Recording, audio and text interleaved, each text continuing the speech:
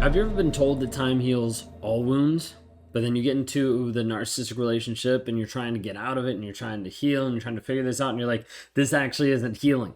Like it doesn't actually seem this simple. Maybe you're struggling to break free from the toxic cycle and you find that lasting healing after leaving a narcissistic relationship seems almost impossible. What we find is people that have been with a toxic person for a long period of time start to think that maybe they can heal a little bit faster, or maybe they'll get better quicker, or maybe this will change because other people are saying, hey, this works out easier. We're going to talk through a couple different aspects of misconceptions about healing from narcissistic abuse and the abuse that happens in the relationship that messes with your mindset, that leaves you stuck in a trauma bond over a long period of time. If you guys are new here, my name is Ben Taylor. I'm a self-aware narcissist on this channel providing awareness about narcissistic abuse. Today we're going to dive into a couple common misconceptions about healing. Maybe some things that you've judged yourself on, maybe some things that other people have said to you, and we're just going to clear the air to try to say, hey, this is how we can move forward, but we need to make sure you understand this is a misconception about healing that you might currently be struggling with. So first and foremost, I want to be able to dive in that time does not heal all wounds. So many people think that if it's just time, if I just get away from this person for a period of time, then I will heal, then I'll be better. And so they go no contact, or they leave the relationship, or you continue moving forward in your life thinking that it's going to get better. Oftentimes jumping into another relationship thinking this will be fine, I will be okay. And you bring the same hurt, you bring the same pain into it, and you still struggle because you start to realize that just time doesn't heal all wounds. Oftentimes, this phrase and idea is misleading when we bring it into the realm of narcissistic abuse. Because time can sometimes lessen the intensity of the emotional pain, it doesn't always guarantee that there's going to be full healing. I've talked with many people that have been away from their toxic narcissistic abuser for years, and they're still not healed. They're still struggling mentally and emotionally of thinking about that person, of ruminating if it was their fault. They've still struggled with the stress and the anxiety of different triggers that are in their life that are affecting them on a day-to-day basis. They still don't have the drive and the purpose and the intention that they used to have before they were with the toxic person, struggling with their confidence, with their clarity, not knowing who they actually are.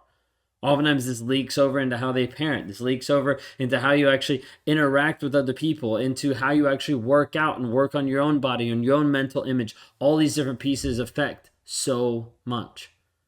Because people sometimes think time heals all wounds, but in reality, it doesn't. So what do we actually need to do? Well, we'll talk about that in a minute.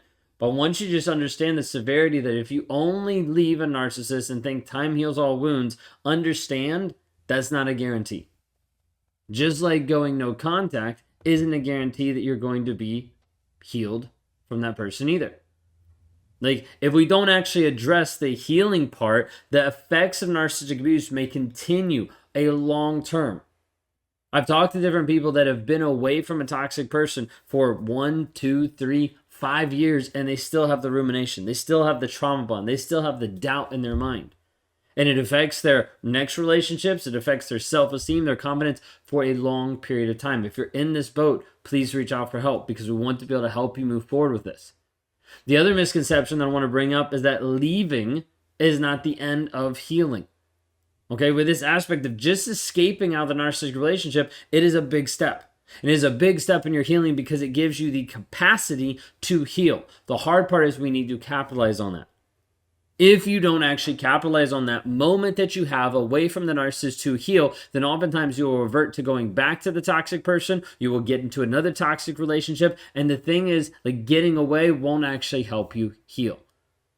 So many times people think if I just get free from this, then it'll be better. If I just get away from this, then it'll be okay. When in reality, that typically won't fix it. Just like going no contact, just like time, just like getting out of the relationship, it's not going to heal the wounds. It's not going to heal the things. You're like, well, this is how it did in my last relationship. If your last relationship wasn't narcissistic, it's a completely different ballgame in trying to work through the healing process.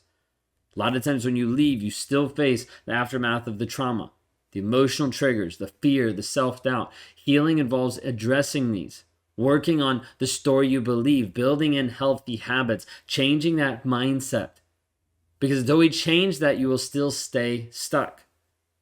Okay, on a side note, you can watch all of my videos. You can watch all of Dr. Romney's videos, all of Lee's videos, mental illness. You can watch all the different people talking about narcissistic abuse. And you can get all the knowledge everywhere. And guess what? You can still be stuck. You could be free out of the toxic relationship, but still be trapped in your mind. You can have freedom from the toxic person, but you still be a slave to the thoughts, to the rumination, to the trauma bond, to the things that are happening in your head, being like, I thought I was over this. Just going no contact, just time, just getting out of the relationship, just getting to the place of saying like, hey, now I'm away from it, I must be okay. I know about narcissism, so now I'm going to be okay. None of that is going to save you. None of that is going to fix you. None of that is going to heal you. It might give you the opportunity to heal, the opportunity to have space, the way to be able to have capacity to actually allow healing back in. But just doing those things is the baseline of your healing journey. It is a journey. This is why we script it out for people of saying, hey, this is what you need to do first. This is what you need to do second. This is what you need to do third. Because without putting in habits and plans and direction of your life, building actual action plans out of this is what you're going to do, you will revert back to the same mindset, the same thinking, and go back to a toxic person or get with another toxic person because we haven't changed the mindset. We haven't changed the story. This is one of the most important things that you need to understand and misconceptions from people. Thinking, hey, if I do all these things, then I'll be okay. When in reality, nothing has actually changed. We've changed our circumstances, but we haven't changed always the thought process that will lead you back to a toxic relationship. Changing the story that you believe is the only thing that we see consistently breaking people free from the toxicity, because you start to move into a place where you wake up from everything that has happened in the relationship, and you start to realize that when you wake up, you also have the capability of changing your story, of changing the direction that your life is going to go, of actually getting you not just free from that person physically, but then free from them mentally, emotionally, spiritually, to be able to move to a place of saying, hey, this is the person that I'm called to be. Some of you watching this right now are called in certain aspects of your life to stand as beacons of light to help other people, but you can't because you're stuck in limiting beliefs based on what the toxic person put on you. You're stuck without the self-esteem. You're stuck in the self-doubt, and you're like, this isn't what I'm supposed to do, but you're not sure how to get free. Even after you went no contact, you started to learn everything about narcissism, you got to the place where you weren't around them anymore, and you're like, hey, time is going to heal these wounds, but I need you to understand that's not enough. Because it still doesn't put you in the driver's seat of your healing, of your growth, and of your change, and does not provide the freedom that you're actually looking for. Being able to move into this space of changing the story you believe is one of the most powerful things we can help you with on a day-to-day basis. It's based in different learnings and teachings from multiple people around the globe that have learned how to be able to do this. Like, we bring in different aspects of almost like cognitive behavioral therapy, but you're doing it to yourself. You're not going to the therapist once a week and then having no support throughout the rest of the week. You're in a community that's actually helping you every single day. You're giving the tools so that when you get triggered, you don't have to write it down and wait for a week to talk to a therapist. You deal with it right then, right now. Like, you have the power to do this. We just come alongside and we provide the action plan, the tools for you to be able to get free mentally, emotionally, spiritually, and not just physically get away and be like, whew, God, that's over. Because you still have the residual trauma that lives inside your body, that lives inside your mind, and that lives inside your heart.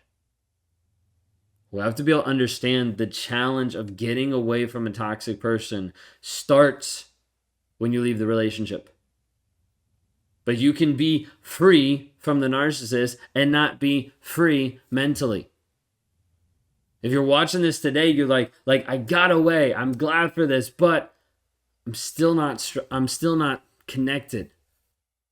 to my purpose and my calling. I'm still not engaging the same way with my kids because I'm still getting triggered by past events. I'm still not growing and thriving the way that I want to go in my work and running my business and helping manage other people because I'm still stuck, struggling with my self-doubt. I'm struggling with the limiting beliefs. I'm struggling with all this thought process because I'm still stuck. And this is what we provide help with. To give you the tools so that you're empowered to be free every single day. Mentally, emotionally, spiritually. The question is, will you actually take that step to grow, change, and develop? You. If you want to talk to me one-on-one, you can go to rawmotivations.com, click on the one-on-ones. Would love to interact with you. Would love to talk to you even more, see if you're a good fit for some of our Thriver community, some of the progress that we're moving, and giving you the tools, the action plans to help you move forward in your healing journey to stand as a powerful person. Not powerful in domineering over other people, but powerful in knowing who you are. Being able to stand in your truth. Being able to stand and help other people. Being able to stand in your purpose and your calling and not let toxicity pull you to the side. If you want to know more about this, go to rawmotivations.com. If you're ready to take the first step to help you understand how we start to break this down, how we start to get you free by giving you the tools for your own freedom.